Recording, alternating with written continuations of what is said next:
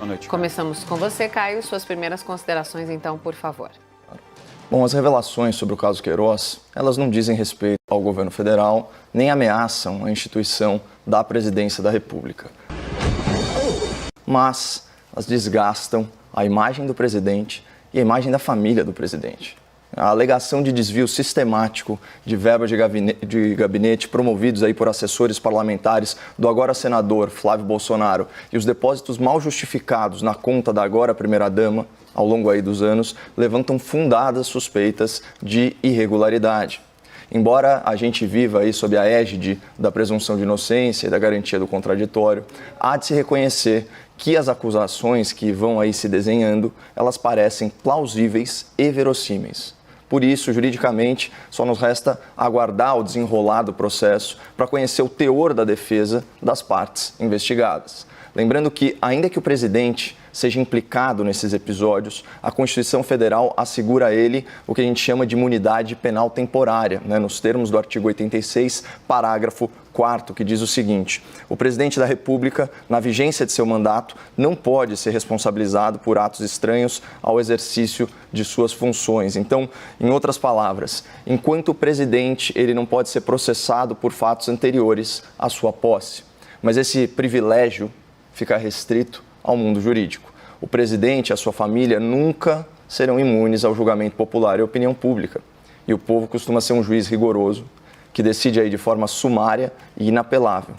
E se comprovado um escândalo de corrupção, de lavagem de dinheiro ou desvio de verba pública, atingiria em cheio a marca Bolsonaro, que se construiu sobre a ideia de moralização da política. E é preciso reconhecer que nesse primeiro ano e meio de governo, com toda a fiscalização de uma imprensa, de um legislativo especialmente hostis ao Poder Executivo, não veio à tona um caso sequer de corrupção na estrutura federal. É preciso reconhecer que a barganha com a velha política fisiológica e a entrega de cargos ao Centrão ficou restrita à administração de 2% do orçamento da União. Em comparação com qualquer governo anterior, esses são avanços institucionais muito importantes e sem precedentes. Mas, feita essa devida ressalva, é impossível ignorar o risco reputacional que o caso Queiroz pode representar para o presidente e para a sua família.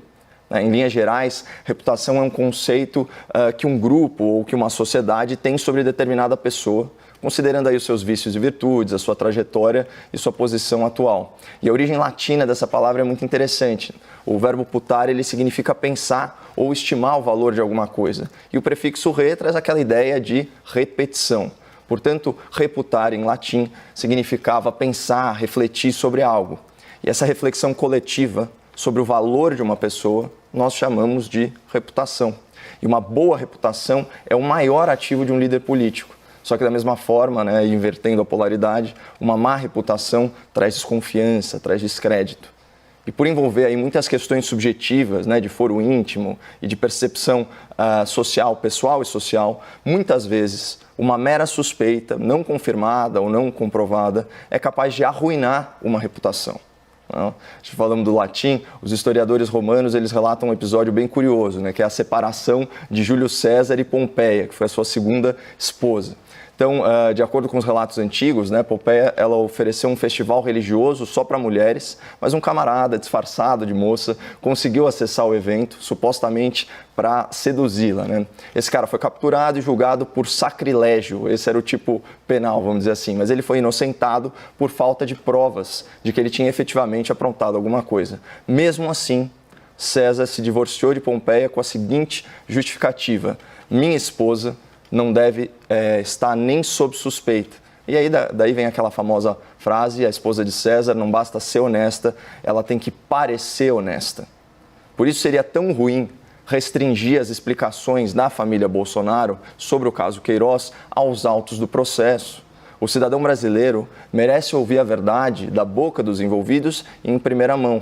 Até porque, como ensina João 8,32, que é aquele versículo tão citado pelo presidente, a verdade liberta.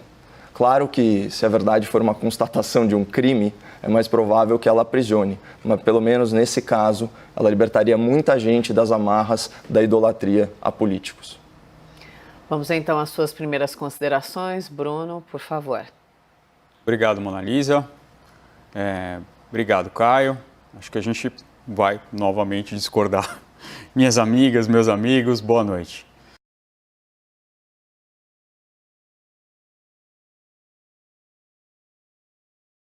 Nós chegamos a mais uma sexta-feira, mais uma semana completa.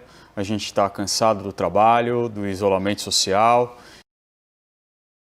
E, de qualquer forma, o excelentíssimo senhor presidente da República também não tem nada a ver com ela. Vamos então para o debate. Bruno e Caio, por favor. Bruno, sinceramente, eu não consegui identificar aí o motivo de tanta discordância, como você alegou aí no preâmbulo dos seus argumentos iniciais. Na verdade, você descreveu aí com riqueza de detalhes os fatos que foram noticiados pela imprensa e sobre fatos não cabe tanta interpretação. Eles são o que eles são. E você bem colocou, é fundamental que as pessoas envolvidas tenham excelentes explicações. E o meu ponto central, né, na minha argumentação é o seguinte: essas explicações não devem se restringir simplesmente aos autos do processo.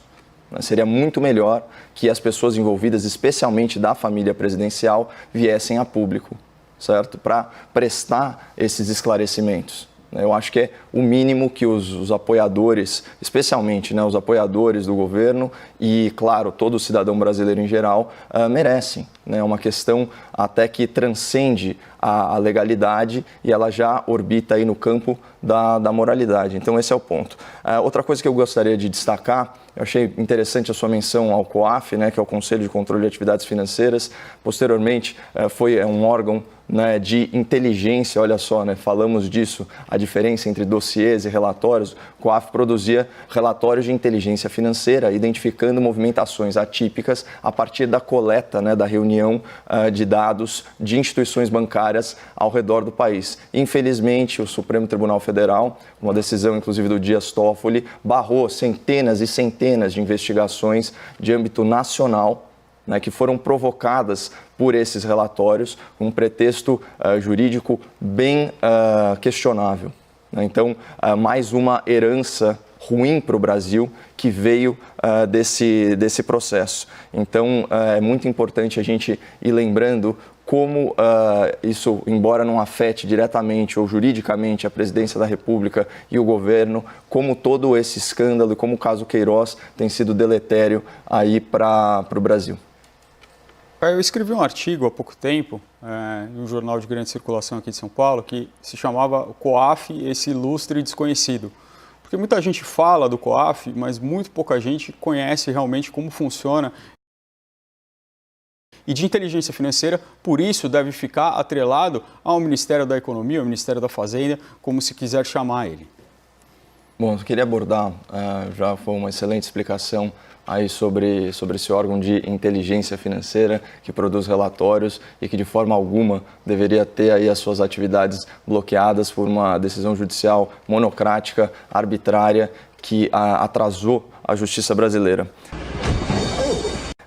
Eu queria falar sobre imunidade penal temporária, já que a gente está extrapolando aí do particular, indo para as grandes questões aí do Brasil. Eu abordei de forma mais superficial nos meus argumentos iniciais, mas tem muito a ver com a responsabilização do presidente da República, né? De forma irônica, aí, o discurso do Dr. Bruno tinha uma série de figuras de linguagem, mas ele falava que o presidente não está envolvido e formalmente, nesse caso, ele não está. Mas se ele estivesse, ele tem esse privilégio constitucional que praticamente blinda, né, o cargo da presidência da República de persecução penal e, ao meu ver, de forma muito exagerada. Como eu disse, né, o artigo 86, parágrafo 4º diz o seguinte: o presidente da República, na vigência de seu mandato, não pode ser responsabilizado por atos estranhos ao exercício de suas funções. O problema é que essa história de responsabilidade se tornou um conceito muito elástico, né? Ela pode incluir, obviamente, o julgamento, mas também o processo e até a investigação do potencial crime, né? A doutrina e a jurisprudência, elas são divergentes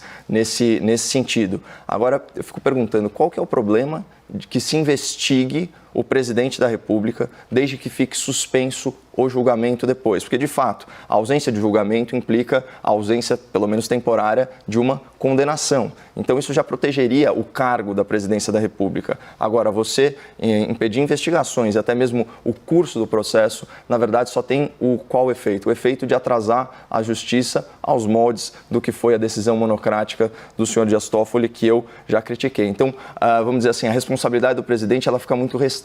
Você vai ter a hipótese de processo, né, naquele processo jurídico-político de impeachment, né? Então por crime de responsabilidade ou por crime comum, isso em ação ao STF, mas aí durante o exercício do cargo e ainda assim com autorização do Congresso Nacional. Eu vou colocar só 2 pontos aqui da sua fala. Primeiro, o COAF nunca ficou impedido de desenvolver suas atividades. O que ficou impedido era de se utilizar informações do COAF para determinadas investigações. Por quê? Porque se utilizava, existe um mecanismo muito intrincado de se utilizar do COAF para fazer uma espécie de quebra de sigilo bancário à revelia da Justiça. Foi isso que ficou parado e isso acabou sendo regulado por meio dessa decisão importante do Supremo Tribunal Federal. Isso não atrasou os processos? Não atrasou. Os processos estão aí, estão andando. É importante a gente ter, na verdade, os processos bem desenhados para não chegar depois, Caio, e acontecer aquilo que vocês mais detestam, ter uma nulidade lá na frente. É melhor, às vezes, a gente colocar um pouco de prudência do que a gente estragar uma investigação inteira. Suspender as investigações provocadas pelo relatório. Caio, eu preciso suspender passar as investigações provocadas pelo relatório não atrasa o processo. Pode falar, fica à vontade. Não, suspender as investigações provocadas por relatórios não atrasa o processo, porque a justificativa era muito simples, né? Só para contextualizar o espectador. Olha, esses relatórios eles não podem ser utilizados para embasar o início de investigações ou, enfim, esse tipo de coisa. Tem que ser sempre com autorização judicial, quando na verdade é justamente a detecção da movimentação atípica que, vamos dizer assim, acaba ensejando a investigação pelo motivo do fato de ser atípico, como você bem colocou. Ele pode ser lícito, pode ser ilícito, mas é óbvio que tem que haver essa provocação, alguém tem que detectar o problema para que ele seja investigado. Então parece, na verdade, uma inversão total de valores e da ordem das coisas. Meu Caio, na verdade é bem mais complicado do que isso. Eu ia precisar de um bloco inteiro para explicar e eu realmente quero passar por essa questão. Sei. A gente pode falar isso num outro programa, talvez. Eu queria falar de um absurdo que aconteceu, que acontece muito aqui no Brasil, que é o vazamento seletivo de informações. Mais uma vez, nesse caso, a gente percebe que informações sigilosas de um processo foram vazadas ilicitamente para a imprensa. E não é porque isso está acontecendo com uma administração em relação à qual eu tenho severas críticas que eu vou deixar isso passar. Porque as regras do jogo têm que ser as regras do jogo e têm que ser respeitadas para quaisquer dos lados.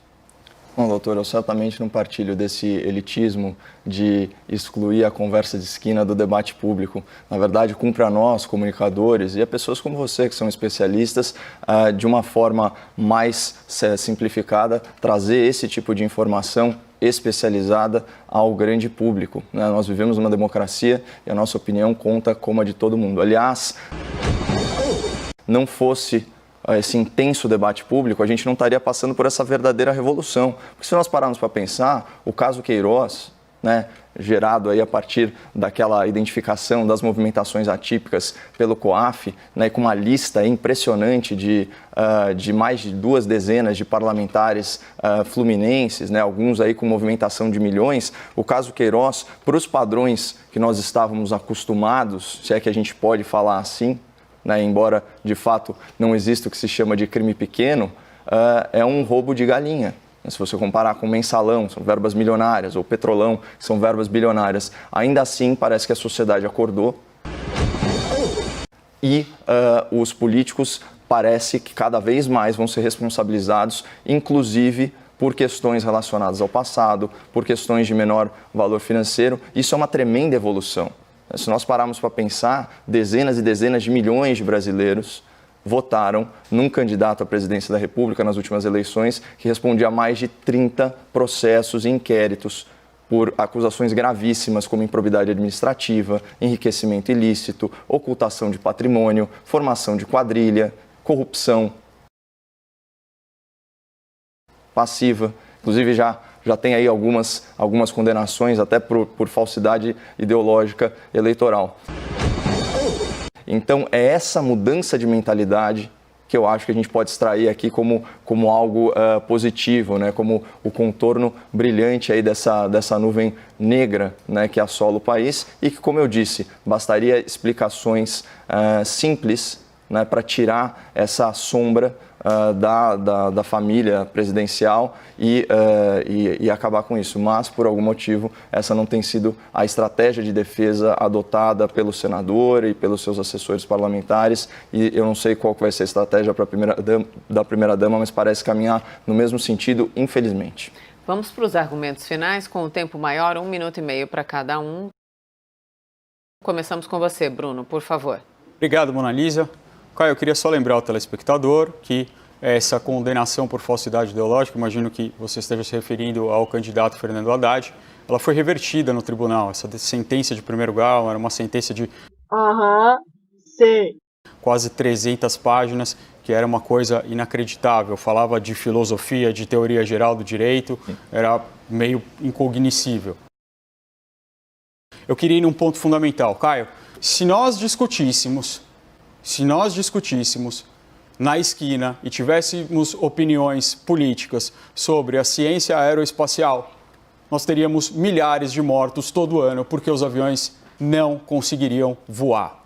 Se nós levássemos para o debate público a questão da engenharia de pontes, nós teríamos milhares e milhares de pessoas, vou repetir, podem morrer por causa dessa arrogância.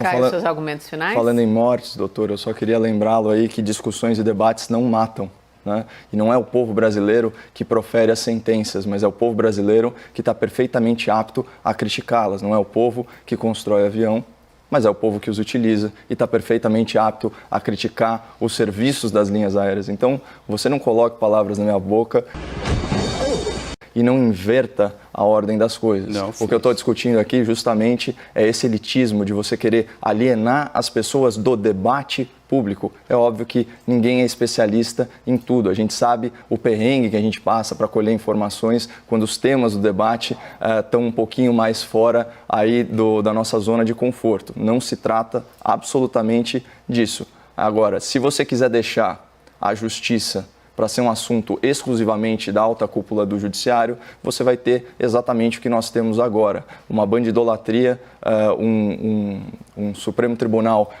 que se tornou praticamente o balcão de atendimento de interesse dos mais ricos e dos mais poderosos, e cujo único mecanismo de controle, né, na omissão do Senado, acaba sendo a pressão popular que de alguma forma influencia o processo de tomada de decisão positivamente. Então, enquanto houver aí essa ditadura dos especialistas que alienam o povo e que, de fato, excluem a participação popular, a nossa sociedade não vai avançar, porque, afinal de contas, todo o poder emana do povo e isso está, inclusive, inscrito na nossa Constituição. Debatedores, obrigada. Bom fim de semana. Bruno e Caio, até segunda-feira. Chegamos ao fim da semana, Caio Junqueira. E Caio Junqueira quer fazer um tchau diferente hoje, né, Caio? Não, só quero desejar um feliz Dia dos Pais a todos os pais, a todos os filhos. Tem a canequinha da firma aqui que a gente ganhou hoje. Pai, hashtag pai, inconfundível.